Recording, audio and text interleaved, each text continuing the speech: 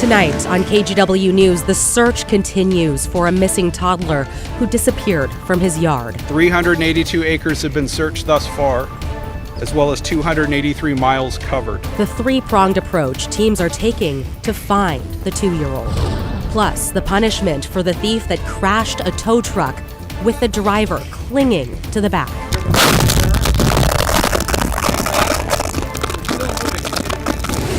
Then later, the major milestone for a local program helping struggling veterans reconnect with their families and communities. And the potential new look for the South Waterfront. This is just going to be spectacular. The group, looking to bring Major League Baseball to Portland, presents its new vision for a state-of-the-art stadium.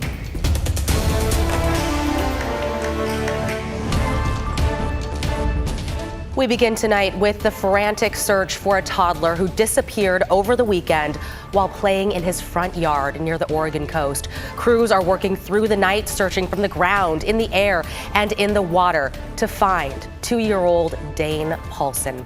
Thank you for joining us. I'm Christine Pitawanich. Catherine Cook has been following updates from Lincoln County on the search effort. Catherine, what can you tell us? Christine, today was day 3 of the search with still no sign of the toddler. In an update this evening, Lincoln County Sheriff's officials shared that crews have covered more than 300 miles looking for 2-year-old Dane. Dane's family lives off Highway 229 north of Siletz. This Google map offers some perspective around the search. Crews are coordinating their response at a boat launch just across the Siletz River. The map shows the toddler's home is less than 100 feet from the river. Investigators say Dane disappeared around 4:30 Saturday afternoon while playing in his front yard. He's described as friendly, fearless, and comfortable around strangers and water. The sheriff's office declined an interview today, but on Sunday said there was no evidence suggesting criminal activity. Multiple agencies, including the FBI, are part of the search. Crews are using divers, canine units, and drones with thermal imaging equipment. Also, hundreds of volunteers from around the Northwest are helping search for Dane. Washington, Idaho. I've talked to people from Boise. We heard about it. We're on our way over. Castle Rock. I can't remember the name of the town up in Puget Sound. Port Orford.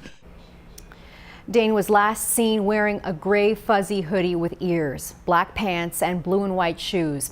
He has brown hair and green eyes. If you have any information on this case, you're asked to contact the Lincoln County Sheriff's Office. They've set up a tip line. The number is 541-265-0669. We've posted that information on KGW.com. Christine, back to you. Yeah, such a difficult time for the family. Hope someone out there knows something. Thank you, Catherine.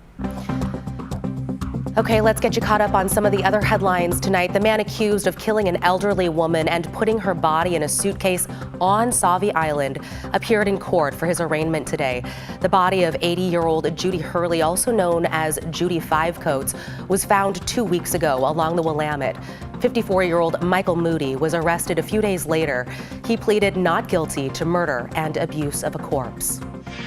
A former counselor at an Oregon youth correctional facility has been sentenced to 5 years in prison for having sex with an inmate. Emily Echtenkamp pleaded guilty to multiple misconduct charges. She had sex with an 18-year-old whose treatment she was overseeing. Echtenkamp was working as a mental health, drug, and alcohol counselor at the McLaren Youth Correctional Facility in Woodburn. And the man who stole a tow truck in Portland and drove it on the freeway with the truck's driver hanging onto the back in July of 2023 has been sentenced to 7 years in prison. In January, a jury found 38-year-old Eric Streitzel guilty of several counts of assault, unlawful use of a vehicle, and theft, among other charges.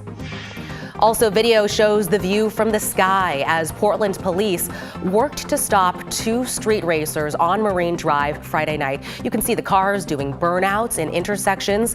Police say they then took off when officers on the ground showed up. One car was found nearby, but the other kept going after running over spike strips. It eventually crashed into another car several miles away. The drivers, a 17-year-old Portland girl and a 20-year-old man from Sandy, were arrested and their cars impounded.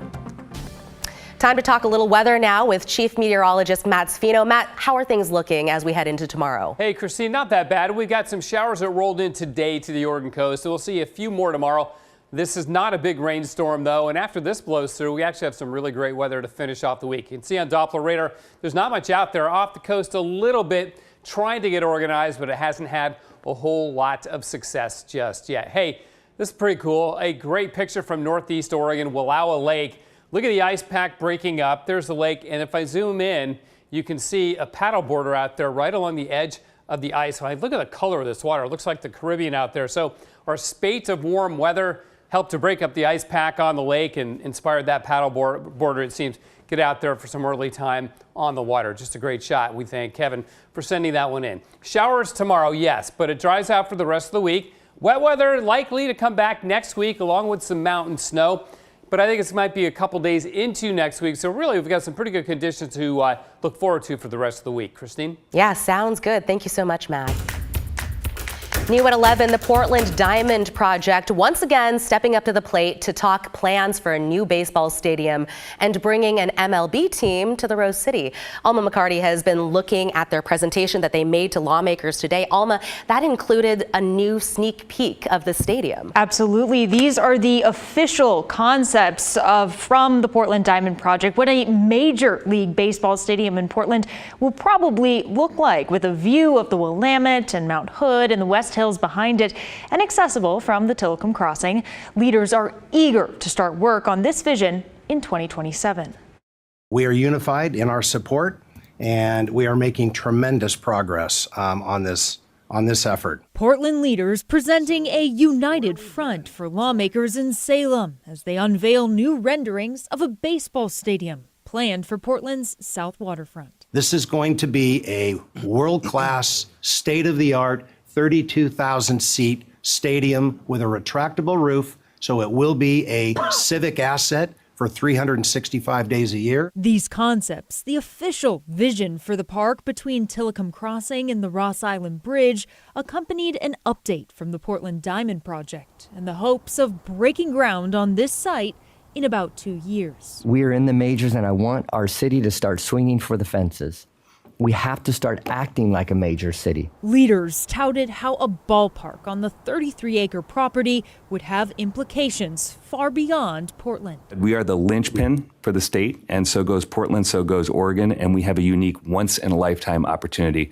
Unless you know otherwise, there aren't that many other major league franchises on the table for consideration to go after. It's time to compete like a state that knows how to win. And frankly, losing to Utah is a completely unacceptable outcome for all of us. Constructing the stadium will cost up to $2 billion, according to Portland Diamond Project founder Craig Cheek. During Monday's meeting with the House Committee on Economic Development, leaders asked legislators to revisit and modernize a law originally passed more than 2 decades ago to fund construction. The law allows a Portland baseball team to use the state income taxes generated by the team's payroll.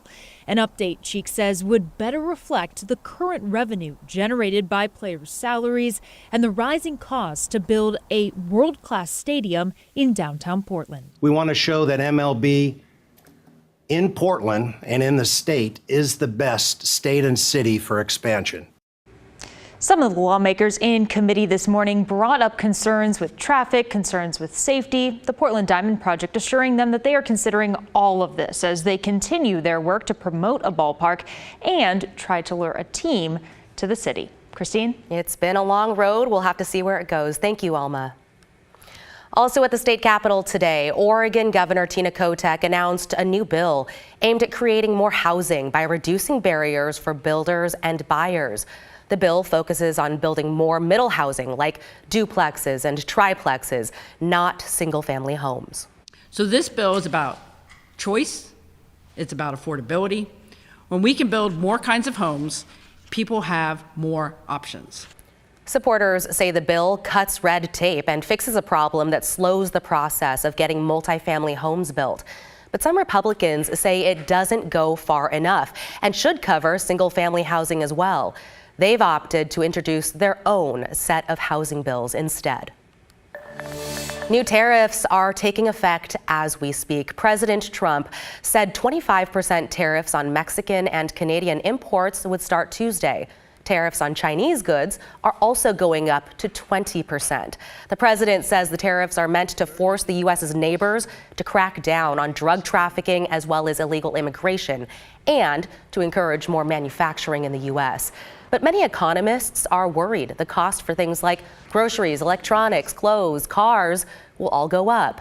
On Wall Street today, the Dow Jones average tumbled 650 points as investors feared the possibility of those rising costs.